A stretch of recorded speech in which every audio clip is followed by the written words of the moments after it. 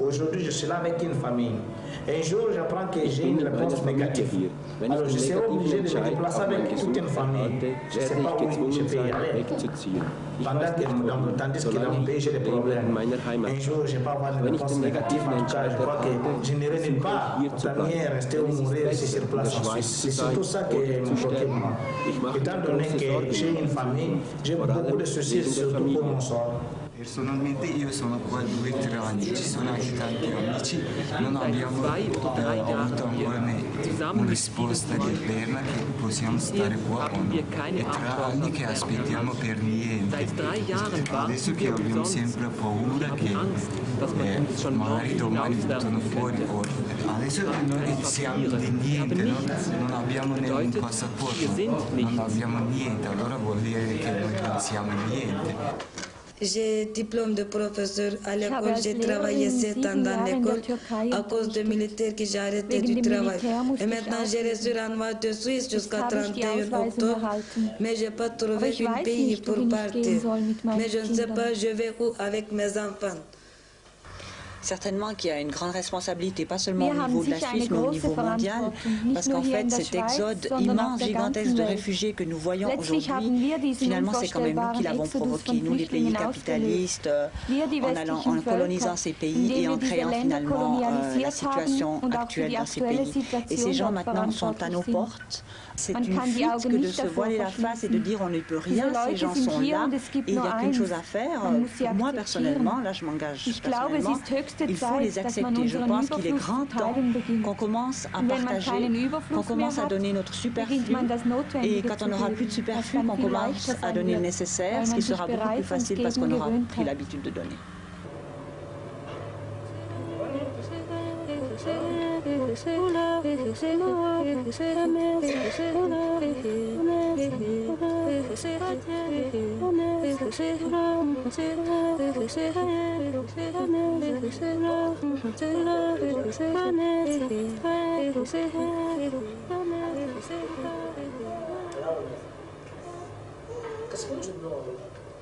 Quand quelqu'un se déplace avec une famille comme ça, mit seiner Familie so herumreist, dann geht es nicht darum, Abenteuer zu machen.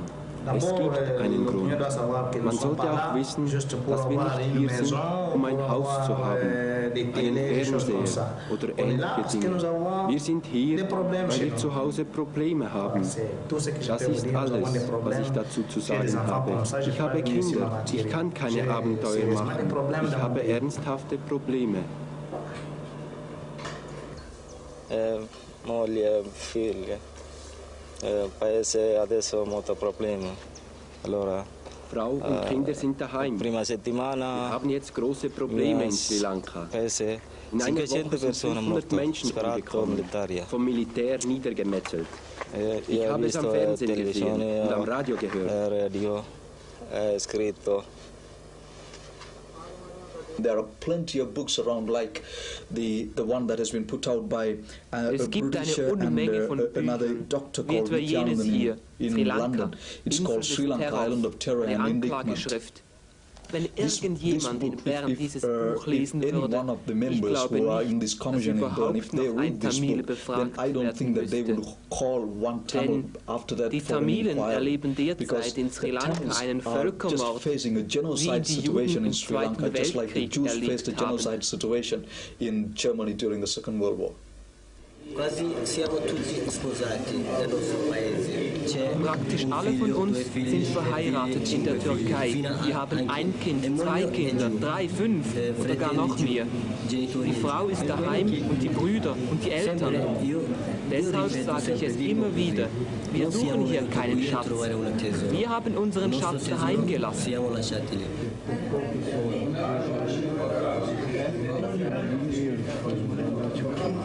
Sürekli devam edemiyorlar. O zaman yani olay tümden koyacaksın. Her noktadan diyeceksin ki hani bize yap. Konuşuluyor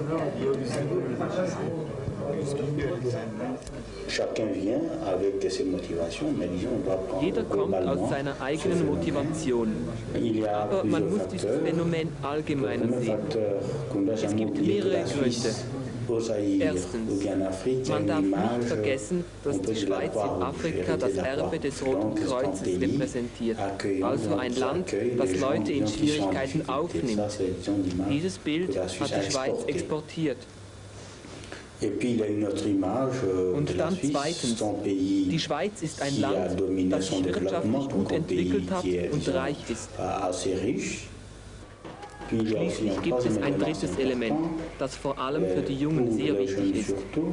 Man darf nie vergessen, dass die Schweiz sehr viel Vermögen aus dem Zaire besitzt, dank gewisser Politiker, die ihr Geld hier angelegt haben. Ich glaube, es sind ca. 10 Milliarden, die auf Schweizer Banken liegen, Immobilien nicht eingerechnet. Für viele Jungen ist dies kein Geheimnis. Dies sind einige der Motivationen, die man in Betracht ziehen muss.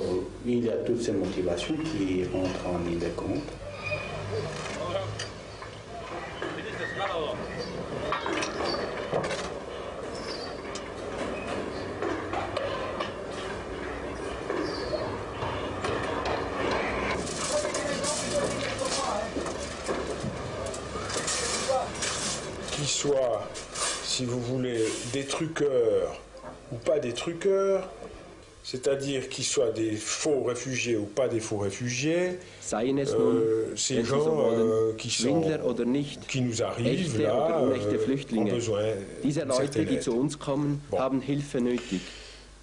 Dies hat nichts mit einer intellektuellen Überlegung zu tun. Es ist auch nicht deshalb, weil es ärgerlich wäre, seine Ferien in Sri Lanka zu verbringen, ohne den Leuten geholfen zu haben. Es ist eine einfache humanitäre Frage. Wenn man sich brüstet, Christ zu sein, so ist es die einzige Art zu handeln. Den Nächsten ohne nachzudenken aufzunehmen, wenn er die Lepra hat, wenn er kräftig oder verkrüppelt ist, wenn er schwarz oder gelb ist. Dies ist die einfachste aller Motivationen. Eine Frage des Herzens und nicht des Gehirns. En fait, c'est une histoire de cœur et c'est pas une histoire cérébrale.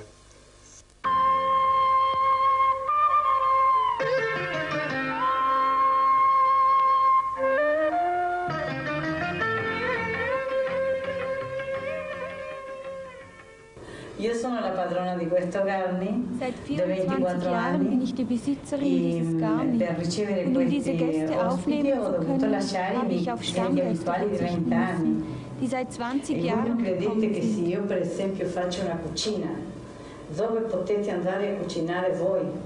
Und ihr glaubt, wenn ich eine Küche für euch einrichte, dass es dann unter euch keine Schwierigkeiten gibt? Es gibt ja so schon genug Probleme.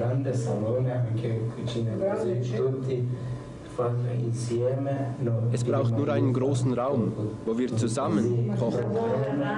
Nicht einer nach dem anderen. Ja, aber dann kochen alle gleichzeitig. Einer lässt alles dreckig. Und der andere, das weiß ich. Ich kann euch entgegenkommen und eine Küche einrichten und alles in Ordnung halten. Aber wie lange dauert das so?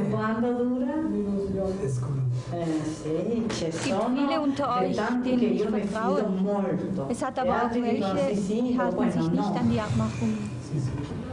Vor allem leidet das Haus darunter, weil sie in den Zimmern kochen.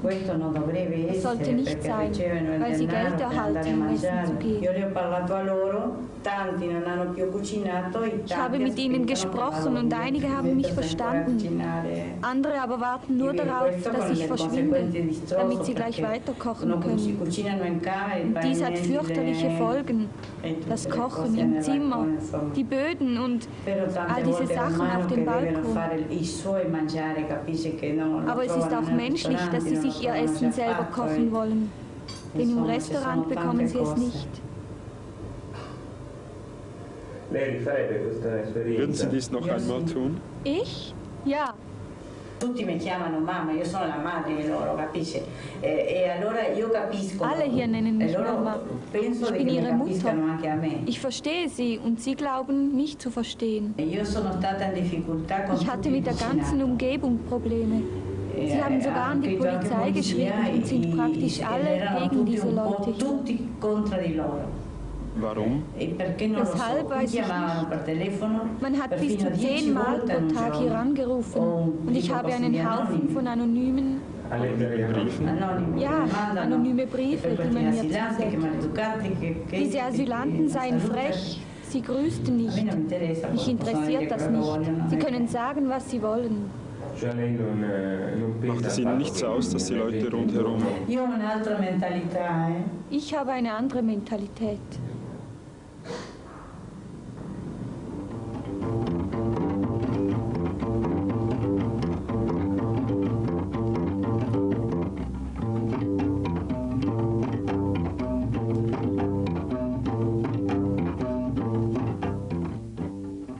Quand nous fûmes arrivés, nous fûmes logés dans une pension.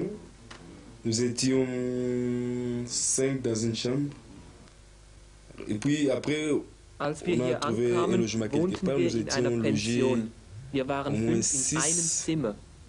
Nachher haben wir etwas gefunden, wo wir zu 6 in einer Wohnung waren. Es war wirklich traurig.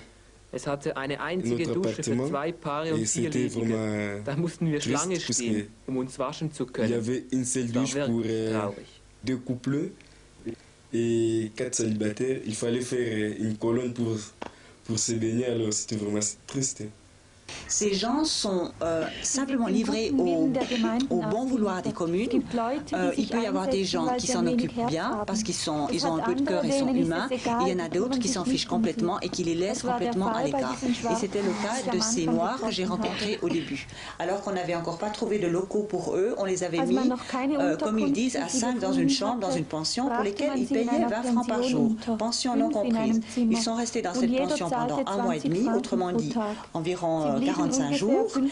Quand on compte 45 jours multipliés par 20 francs, ça fait 900 francs. Alors en fait, on aurait dû leur déduire en tout et pour tout 900 francs et on leur a déduit, jusqu'à ce que j'intervienne, 2400 francs. Et chaque fois qu'ils allaient demander des explications sur ces déductions, on ne prenait pas la peine de leur répondre, on leur disait qu'on n'avait pas le temps. Enfin, on leur a jamais donné d'explications sur ces déductions.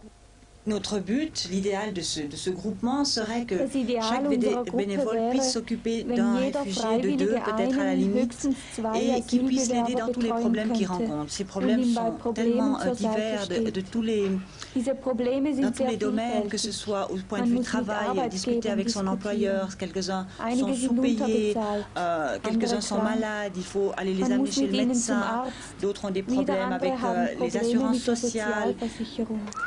Ja, wo die Gruppe sich angefangen hat zu gründen, sind wir beim Departement des Innern zu Sitzungen, wie man die Betreuergruppe soll aufbauen, was die Aufgaben sollen sein, was der Kanton weiterhin soll machen. Und im Laufe so einer Sitzung haben wir Unterlagen gesehen, so eine Liste mit unter dem Titel «Freiwillig zurückgezogene Asylgesuche» ist zum Beispiel auch ein Tamil aufgeführt gewesen, und das hat uns erneut stutzig gemacht, indem es ja nicht wahrscheinlich ist, dass in der heutigen Situation ein Tamil freiwillig sein Gesuch zurückzieht.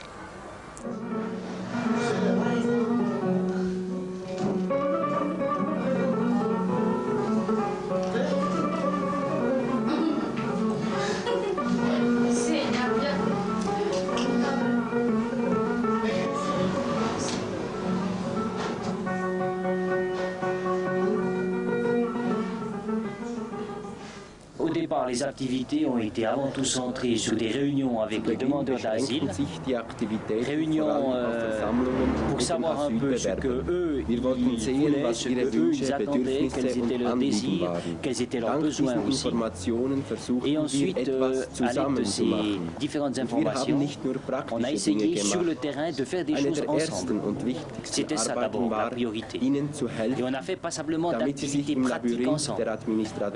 Tout bêtement, au départ, une des principales activités, c'est de les aider dans le dédale de la procédure, dans le dédale administratif, à retrouver leur chemin à s'en sortir, à arriver un peu à comprendre ce qui se passait et puis à savoir quoi dire. Puis petit à petit, les choses se sont étoffées, on a fait de la cuisine, on a fait des loisirs, on a fait du sport.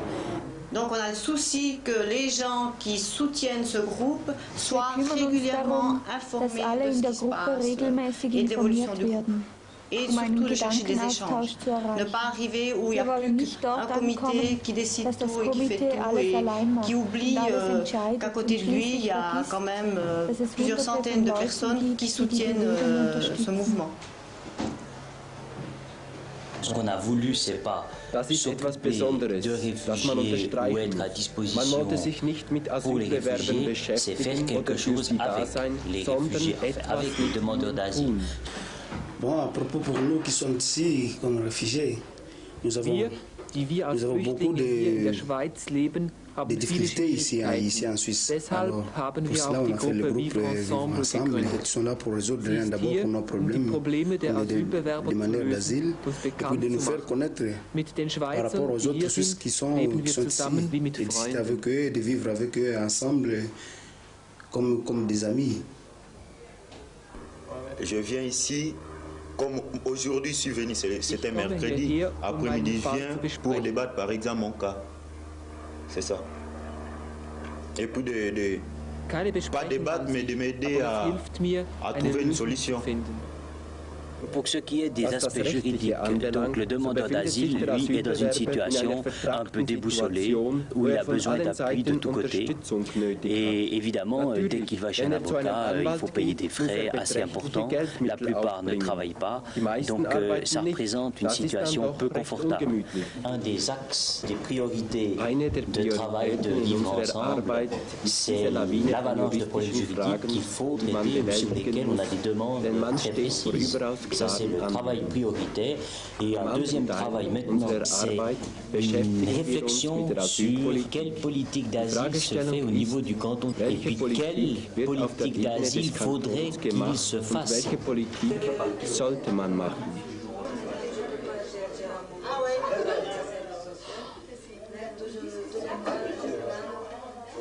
Mais je ne sais pas, je vais dire une chose que nous sommes très contents pour notre chance à vivre ensemble. Pour tous les réfugiés. Il y a une chance à vivre ensemble.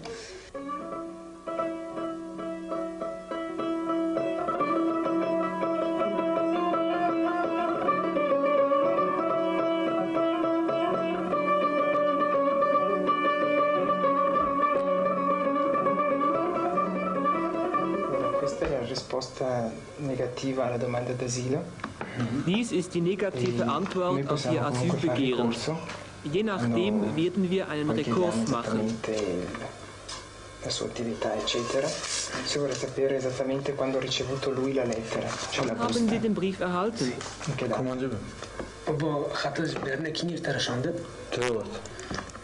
Ieri. Gestern.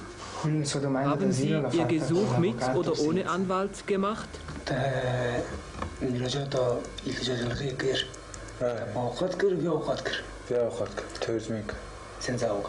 Ohne Anwalt. Allein. Hier ist die Begründung, weshalb man Ihr Gesuch ablehnt. Wir werden jetzt all diese Punkte durchgehen.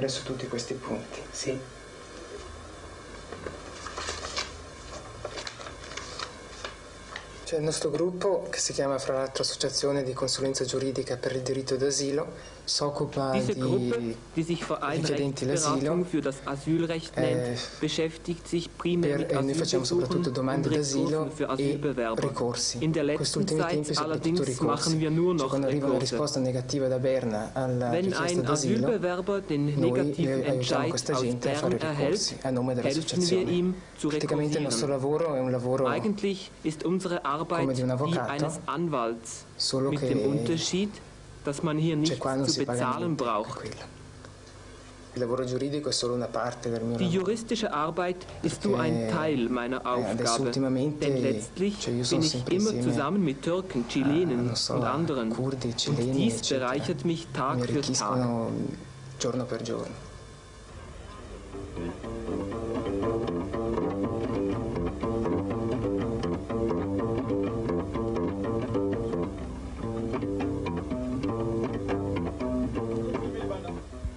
das erste Mal begegnet sind, haben wir einfach 11 Schwarze gesehen. Und wir haben das Gefühl gehabt, das sind für uns ganz Fremde, können wir die jemals auseinander können.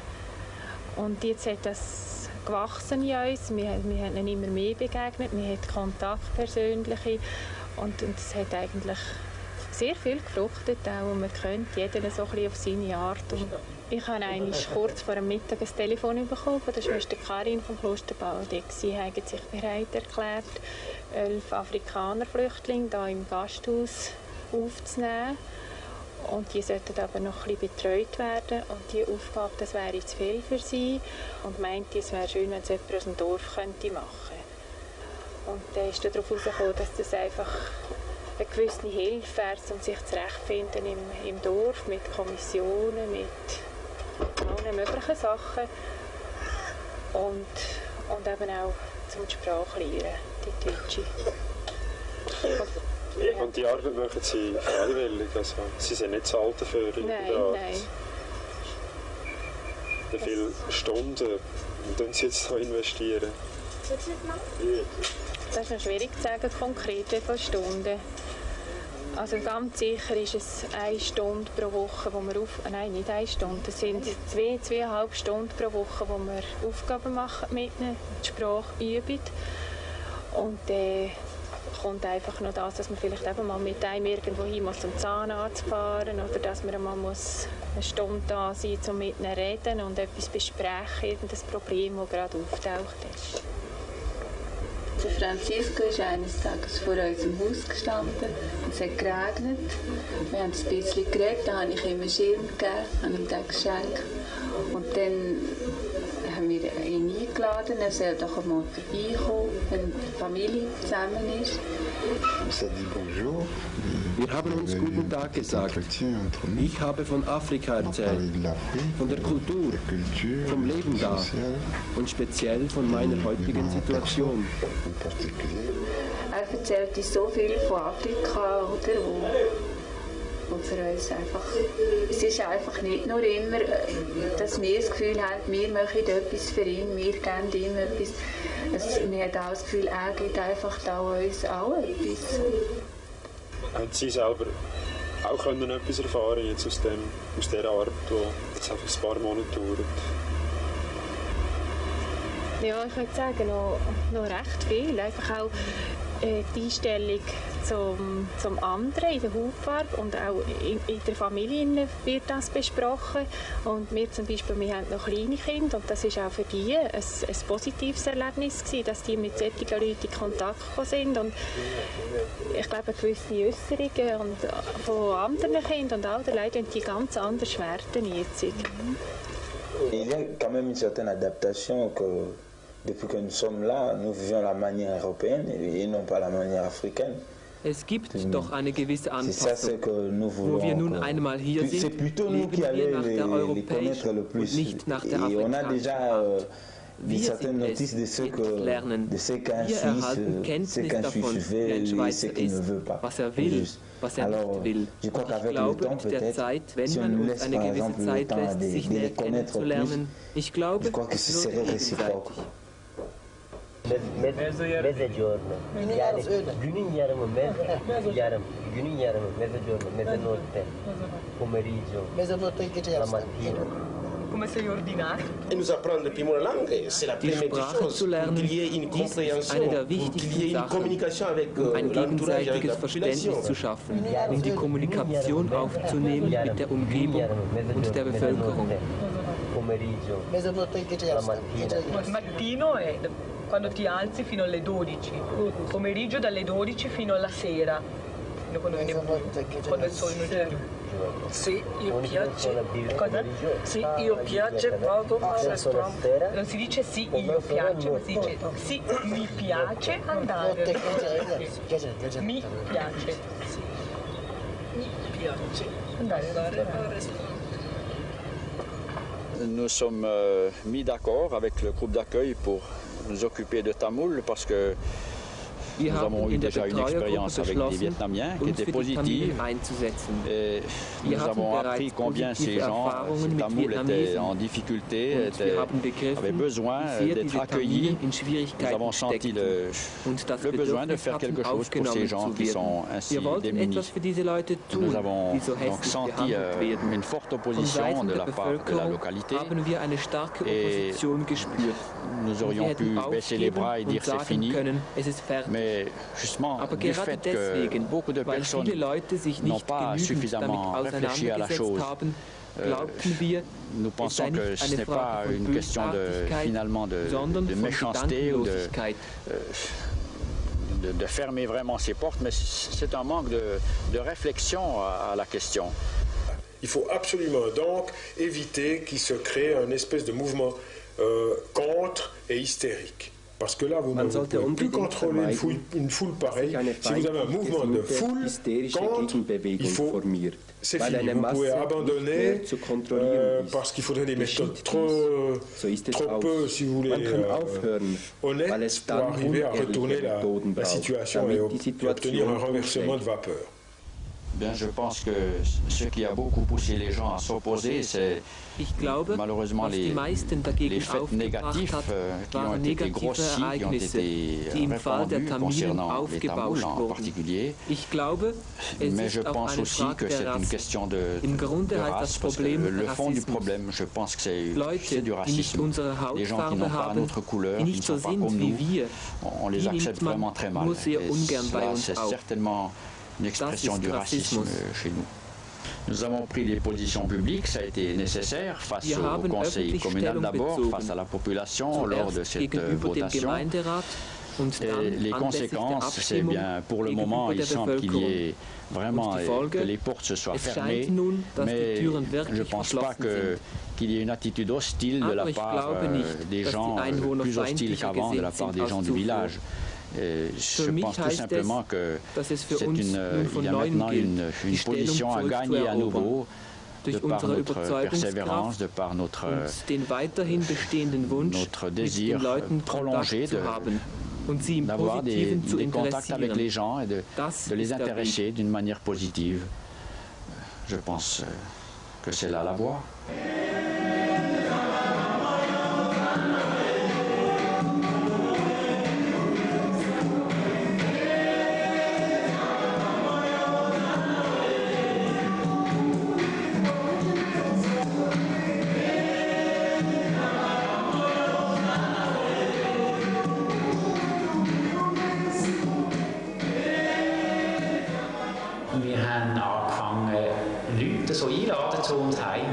Und da hat man plötzlich gemerkt, mit so Leuten kann man ins Gespräch kommen.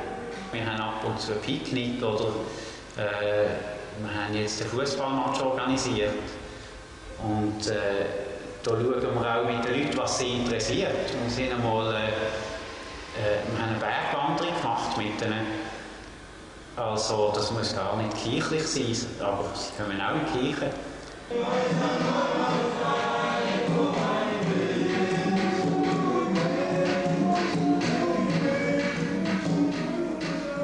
We help them to integrate into society. We give them advices. We help them to find a meaning and self-respect and dignity. We also try to present the truth to the public, the general public of Switzerland. Dylan Sanders ist einfach eines Tages bei uns am Sonntag in der Kirche gewesen und offenbar hat ihm die Atmosphäre zugesagt, wir sind ins Gespräch gekommen miteinander und dann hat er uns angefragt, könnte man nicht etwas machen. Erstens einmal sehen wir, dass Bewerber hier ganz grosse Bedürfnisse haben. Und wir wollen einmal in erster Linie auf Bedürfnisse von Asylbewerbern eingehen. Also, wir wollen, dass der Dylan als Tamil eben er kann Brücke sein. Er weiss viel besser, wie Probleme angehen, die Tamilen hier haben, weil er ihre Mentalität versteht. These refugees were looked upon as the scum of the earth. Diese Flüchtlinge werden als Abschaum der Erde und als Fluch für die Schweiz betrachtet. Ich denke, die Situation muss verbessert werden. Ich wollte das Wort Grüezi als Handlung interpretieren, als ich sah, dass die Flüchtlinge nicht wussten, was Grüezi heißt oder ihnen kein Grüezi entgegengebracht wurde. Ich glaube, ich als Missionar sollte ihnen erklären, was das Wort bedeutet.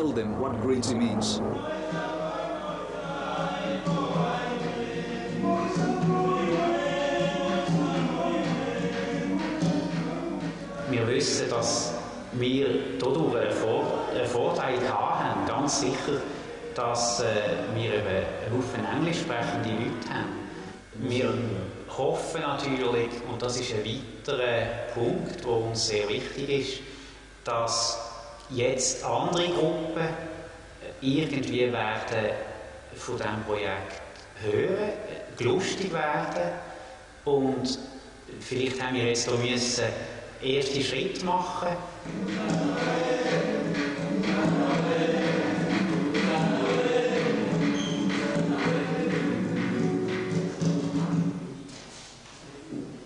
Damals, wo das Vietnamesen Flüchtlingsproblem war, haben wir hier in der Pfarrei eine Gruppe von Flüchtlingen aufgenommen und wir haben dort mit denen sehr gute Erfahrungen gemacht. Die haben sich in der Pfarrei gut eingelebt, also in der Pfarrei im Ort gut eingelebt.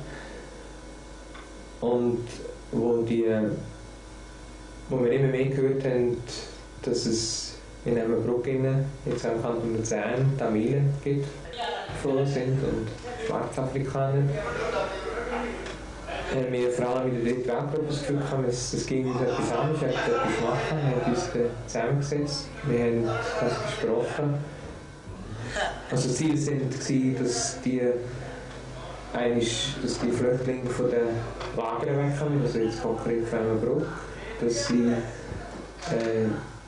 Kontakte bekommen mit den Schweizern, dass sie etwas lernen in der Zeit, wo sie in der Schweiz sind, dass sie nicht einfach die Schweiz jetzt 2 Jahre oder 3 Jahre oder ich weiß nicht wie lange verbringen, irgendwann noch warten und zurückgehen, sondern dass sie die Zeit, die sie da sind, möglichst sinnvoll verbringen können. Es war relativ mühsam, eine Wohnung zu finden. Wir haben ziemlich viel telefoniert und angefragt. Also sehr, sehr häufig hat der Gusti Brühwiler gefragt und ich habe einige. Und meistens waren es Absagen sofort, sobald sie gewusst haben, dass es Ausländer sind. Haben sie einfach nicht mehr wissen. Zum Teil waren es halbe Zusagen und wir sind dann wieder zurückgewechselt. Also wir haben einfach trotz grosser Bemühungen keine Wohnung gefunden. Ich weiss noch, wie wir eigentlich erleichtert sind und gemerkt haben, jetzt haben wir die Wohnung. Wir hatten Freude gehabt. Und nachher, also wir haben wirklich gedacht, jetzt haben wir die Wohnung, weil wir nach all diesen vergeblichen Versuchen einen überzukommen. Und dann hat der Hausbesitzer selber gesagt, wir können sie haben. Und dann hat die Verwaltung aber nachträglich gesagt, es ging nicht, weil wenn da Tamilen reinkommen, haben die Mieter droht, sie würden das so ausziehen.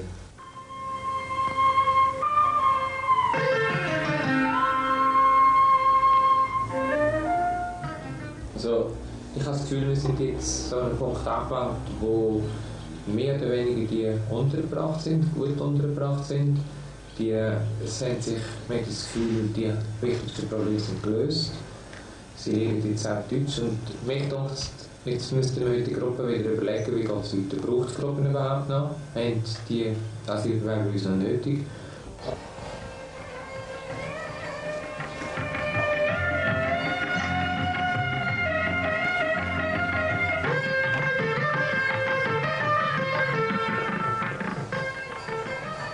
Von der dritten Weltgruppe habe ich eine Person angefragt, ob ich auch als bereit wäre,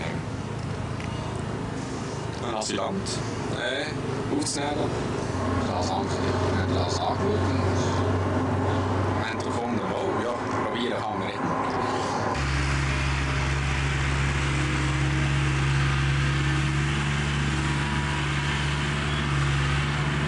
Er wird eigentlich bei sämtlichen Arbeiten eingesetzt.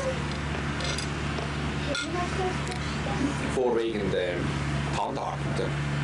Man kann aber auch so auf dem Feld Traktor fahren, kann er also nicht auf der Straße, also nicht, weil wir kein Billett haben. Aber eigentlich er kann alles, ja. Einfach das technifiziert, also die technischen Dings, dort gibt es schon Grenzen, das ist klar.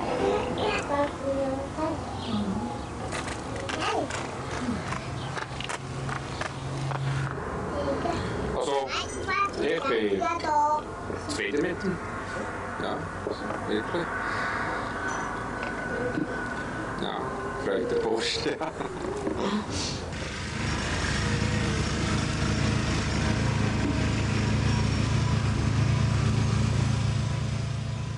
Wir waren hier draussen am Nachmittag und haben von meinen Eltern geredet, oder? Und dann hat die Mutter gesagt, ich soll das meiner Schwester sagen, die ist bei dieser Gruppe, die für die Familie schaut.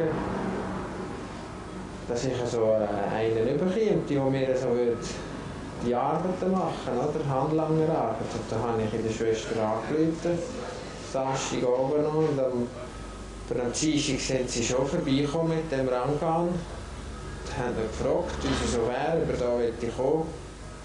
Dann hat er gesagt, ja, und am Montag darauf ist er schon gekommen, also innerhalb einer Woche. Und dann hat man die ersten 2 Wochen, glaube ich, hat man so mal geschaut, wie es geht mit dem, oder? Dann hat man können sagen, es geht nicht, oder man kann bleiben. Und das ist tiptop gegangen. Und ich habe gesagt, wir können bleiben, und er hat auch bleiben, oder? Ihm hat aber so weit nicht zugesagt, er hat gesagt, ihm gefällt es da. Und dann haben wir noch gehalten.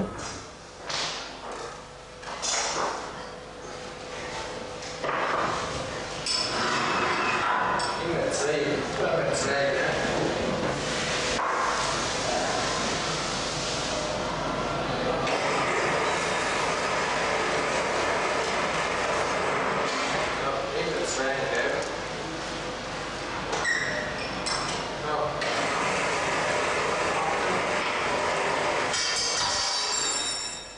Es sind einfach die Sprachschwierigkeiten, die man hat. Man muss alles mit den Händen erklären. Er kann zwar Wörtchen Englisch, aber sonst eigentlich ist die Sprache einfach mit den Händen.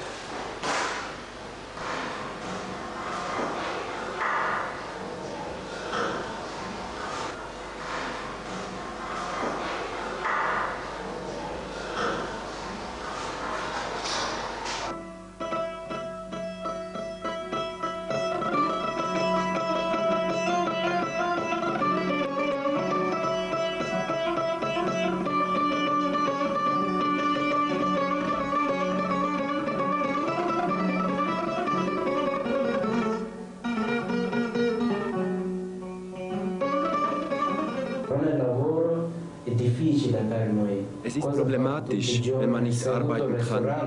Was soll ich den ganzen Tag tun? Im Restaurant oder im Park sitzen oder draußen? Es ist nicht gut, wenn uns alle sehen. Man sollte etwas tun für sie, damit sie nicht im Nichtstun verharren. Es ist sehr schlimm, wenn sie den ganzen Tag nichts zu tun haben.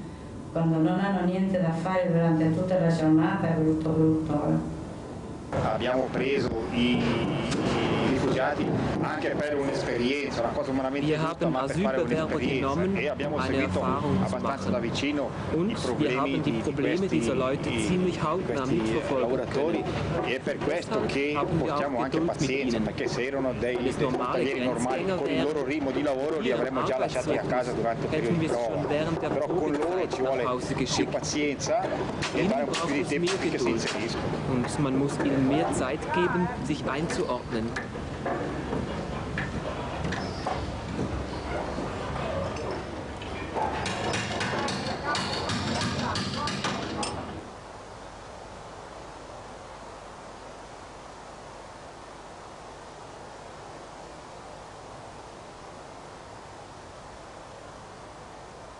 Die Dichte kommen aber eigentlich von dort her.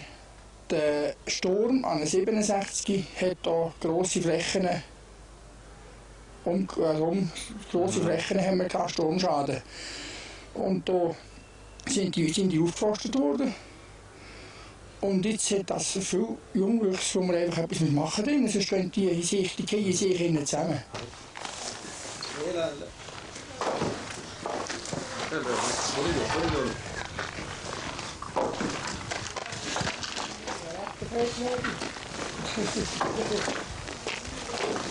Sembra dormire stanza, non buona scorpa. Questo è meglio di così, perché mangiare, dormire, dopo lavorare, pensare, niente. Questo è meglio così. Wenn man nicht arbeitet, grübelt man zu viel. Pensare, non sei lavoro, dopo pensare troppo, no? Und die Leute sind gleich da. Jemand muss gleich dazu schauen. Die ist doch viel gescheiter, die können uns helfen. Und sie machen die Arbeit ja recht. Und das meine ich, muss man halt. Ich gebe schon dazu, ich habe schon geflucht. Ich habe schon geflucht auf einmal Bienen und er gesagt, das geht's nicht und so, es wird so und so gemacht. Aber die haben Angst gehabt, sind in die Ecke gestanden und haben da wieder eine halbe Stunde tipptopp und dann bin ich wieder gekommen und jeden Tag haben sie alle gesagt, dann haben sie gewusst, man hat es zutrauen und sie haben es zutrauen zu mir. Ich habe hier da eine Waldhütte geräumt und habe einen Platz gegeben, wo sie sich heimisch fühlen. Und das ist schon wichtig, dass sie sich selber können kochen und sie können Musik anhören, sie können singen, sie können tun. Das ist schon wichtig.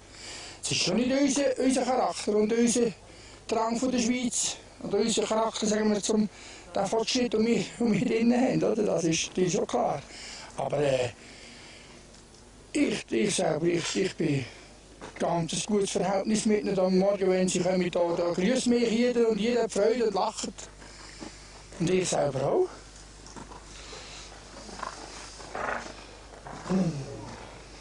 Und wenn man das jetzt, sie arbeiten die alle zusammen. Man muss einfach den Menschen schauen, zu verstehen. Man muss den Menschen schauen. Das ist natürlich, ich weiß, wenn ich das erste Mal hochgekommen bin, mit meinem 5-jährigen Bub und hat einen angelegt am Abend, am Abend, Papi, komm, schau da hinten, bin ich jetzt da hinten, bin ich jetzt nicht schwarz hinten für. Aber nach dem Monat hat er gesagt, ich will wieder mitkommen, ich will es wieder anschauen. Das ist, man muss einfach, der Schweizer ist einfach, ich weiß auch nicht, wie man muss sagen. Man sollte schauen, dass man die Bevölkerungsschichten viel mehr zusammenbricht.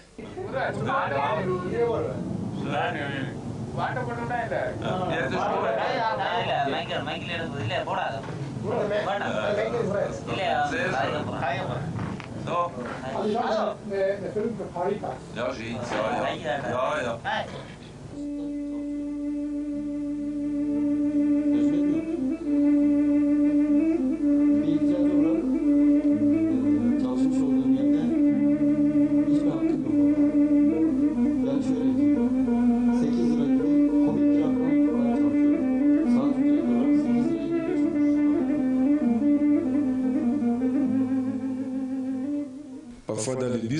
Wenn ich im Bus sitze und es daneben noch einen Sitz frei hat, gibt es keinen Weißen, der sich neben mich setzt.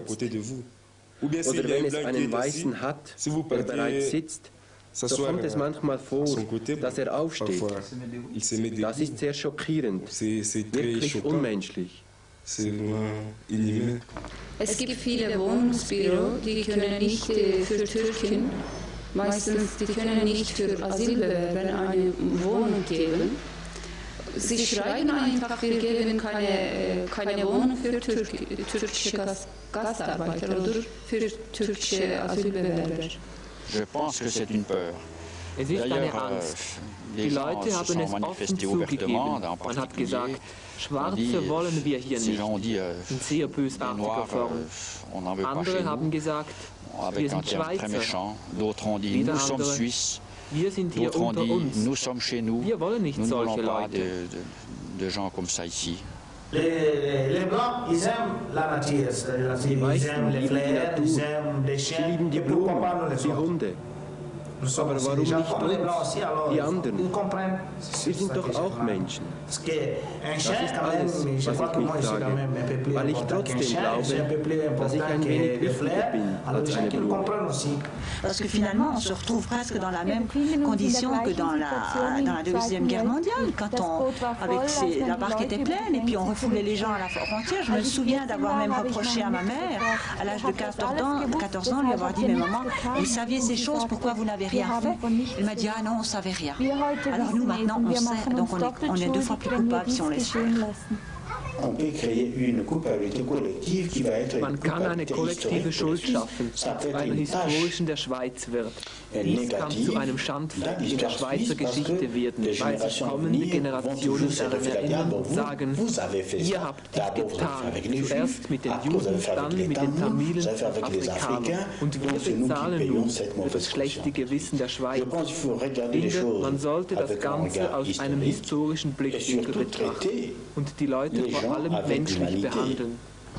Alors statistiquement, on sait pertinemment que le 0,9% des demandes zaïroises, par exemple, sont acceptées à l'Office fédéral de police. Or, après étude des cas, autant sur Berne que sur Genève, il y a au moins 3 demandes sur 10 qui sont fondées, qui sont des demandes sérieuses. Ce qui veut dire que ces 3 demandes-là, ces 3 demandeurs d'asile, il est exclu qu'ils retournent chez eux car ils risquent leur vie ou en tout cas ils risquent des peines de prison sévères. Ce qui veut dire que ces gens-là, une fois qu'on les connaît, on s'arrange à tout prix pour les garder chez nous, quitte à entrer dans l'illégalité. Ceci me paraît évident.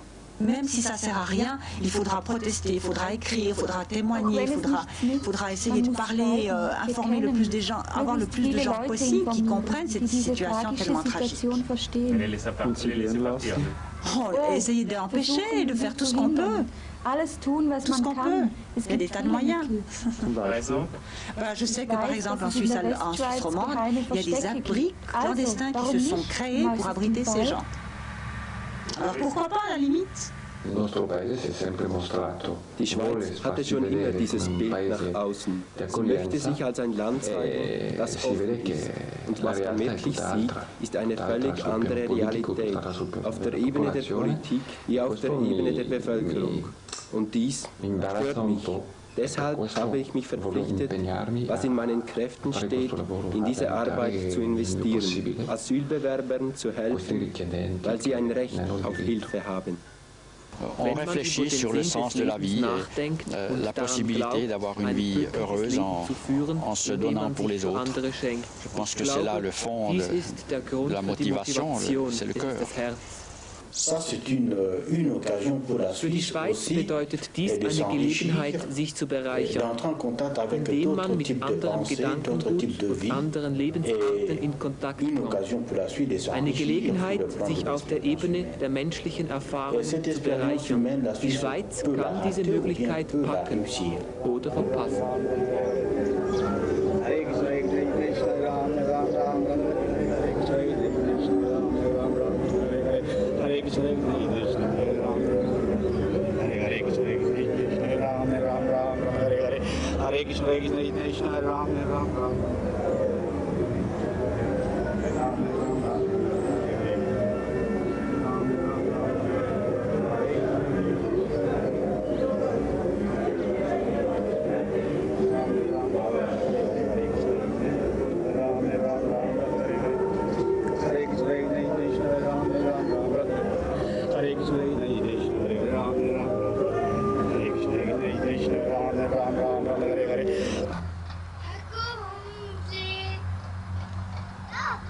Ach Herr, meine Tür ist ganz weit offen.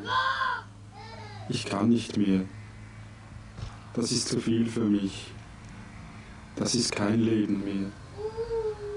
Und meine Lage und meine Familie und meine Ruhe und meine Freiheit und ich selber. Ach Herr, ich habe alles verloren. Ich bin nicht mehr ich. Für mich gibt es keinen Platz mehr im eigenen Haus. Fürchte nichts, sagt Gott. Du hast alles gewonnen. Denn während die Menschen bei dir einkehrten, habe ich, dein Vater, ich, dein Gott, mich mit ihnen eingeschlichen.